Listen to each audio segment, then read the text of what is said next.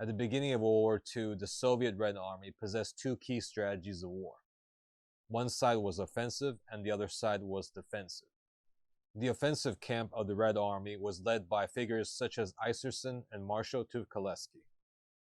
The advocates of what was known as deep battle favored an offensive doctrine that destroyed enemy forces with maneuver warfare, with powerful armored forces and shock armies.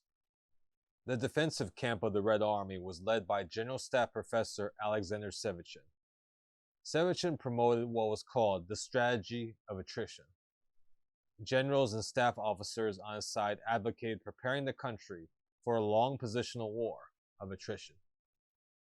The most thorough breakdown of this defensive strategy can be found in one of the most influential military works of the Soviet Union, Strategy by Alexander Svechin, published in 1923. This is an outstanding work that should be read by all students of war, and the ideas behind it are still in action today by the war doctrine of modern Russia and Ukraine. At heart, Svechin's defensive approach recognizes that the Red Army was not the most technologically advanced or the highest quality army in the world. The Soviet Union needed to work within its own limitations. Svechin disbelieved in the idea of a short war. Modern war will be long and will be a total war. Svechin had such a low opinion of the Red Army against the combined West that he advocated retreating in the event of an invasion, deep into the Ukraine, trading space for time and exhausting the attackers. To Svechin, the initial period of the war has a lot of maneuver warfare, as front lines are open in the beginning. After that phase, however, the front solidifies, and the two sides are now engaged in a more static war position with limited movement. This means that positional warfare is an art that needs to be mastered, as it would dominate the strategy of attrition, and be the type of combat that dominates the war. So Svechin sees maneuver warfare as being a relatively short phase during the course of war. Svechin believes that catastrophic attrition of the enemy, not just in military terms, but economic, social, and political, is the real path to sustainable victory. And for the nation that is engaging in a war of attrition, attrition is strongly connected to long-term economic, political, and military goals. In the Svechin strategy of attrition, maintaining a strong defensive stance is paramount. Operations are characterized by limited aims, by drawing the enemy into an unfavorable position, while elevating one's own position in sequence. This means that the strategy of attrition should follow the path of least resistance. The Soviet state should gradually build up political, economic, and military capital until sufficient strength is accumulated for a final knockout blow. The strategic moves must be made to build up towards a final battle, where the decisive offensive to win the war must be waged, after leveraging political and economic aspects. Svechin sees a final grand offensive against a massively attrited enemy, after a long war of a great many smaller attacks. Svechin wants to be a jack of all trades. This is a philosophy of maximum flexibility in pursuit of final sustainable victory. Despite his great contribution to Soviet military strategy, fate would not be so kind to Svechin, despite the fact that his ideas proved to be powerful and correct in the context of World War II. Svechin was one of the 47,000 Red Army officers purged by Stalin, and he was executed in 1938 under fraudulent charges of treasonous activity. Parallel to the combat doctrine of attrition was a sophisticated theory of waging war with deep operations by executing maneuver warfare and breakthrough tactics. In World War II, they used deep battle to advance hundreds of kilometers with forces as large as multiple army groups in order to encircle and destroy entire enemy armies. Many of the key works about deep battle were written by the Red Army's leading operational theorist in the 1930s, Georgy Isserson. He was the mastermind behind the deep operation, the cornerstone of Soviet offensive operations in World War II, and trained many future leaders of the Red Army in operational art. The book, The Architect of Soviet Victory in World War II, The Life and Theories of G.S. Isserson by Richard W. Harrison, provides an expert history on how the concept of deep operations was developed in the Red Army by following the path of Isserson's career. In the beginning, Isserson and other Red commanders were heavily influenced by their joint exercises with the post-war German army, the Reichswehr, in the 1920s. In Isserson's opinion, the German military had tactical superiority. The Red Army was much inferior in quality.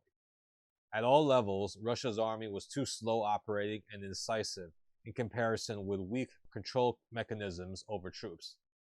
He noted that the German army's decision cycle was very fast and reliant on verbal communications rather than written orders. All of this experience showed Isserson that the Red Army must be centralized with a top-down control mechanism.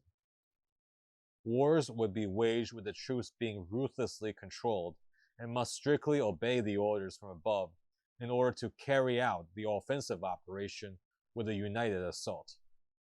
All of the Army's efforts must be concentrated on the most important goals. In 1925, Isserson was transferred back to Moscow as the section chief of the Red Army's Operational Directorate. From this vantage point, his career would have profound influence in the development of deep battle and the training of Red Army commanders in this operational art. In the 1920s, the concept of the heavily equipped and powerful shock army emerged. This was designed to deliver combined arms attacks 100 kilometers into the depth of the enemy defense.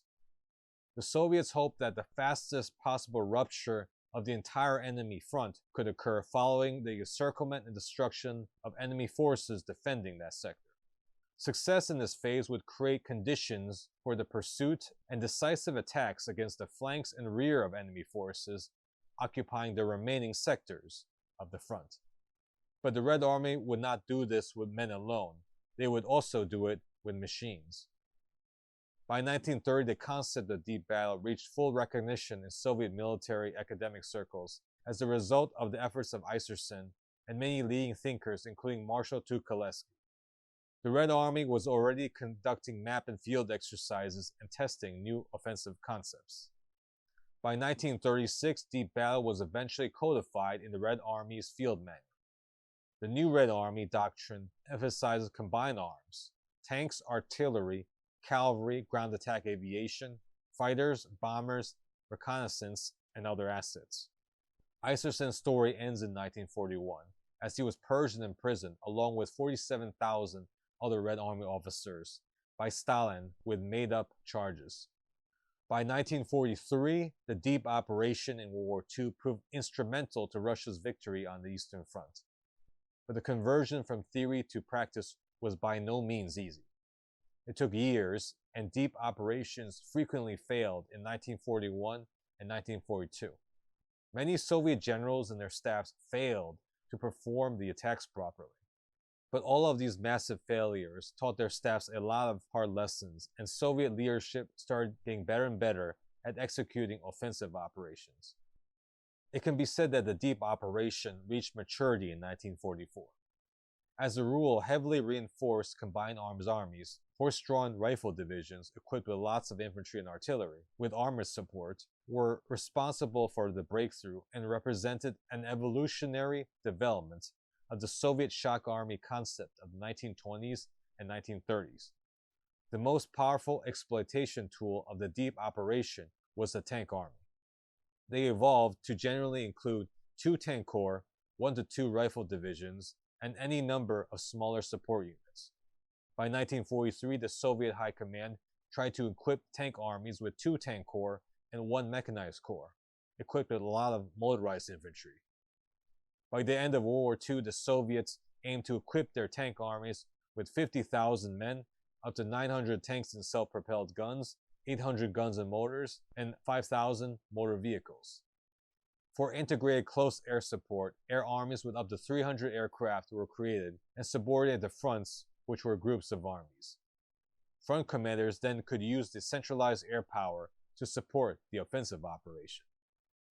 By 1944, the Soviets enlarged their attacks and converged on the strategic operation, involving two or more fronts attacking all at once. Operation Bagration, or Bagashone, was the most famous deep operation, with the Vistula-Oder offensive in 1945 being their greatest achievement. Deep battle proved to be decisive for the final Soviet victory in World War II. Thanks so much for watching. Please help out this channel by liking, subscribing, and ringing the notification bell. And check out the playlist. Comment below on what you think about the Red Army's strategy in World War II.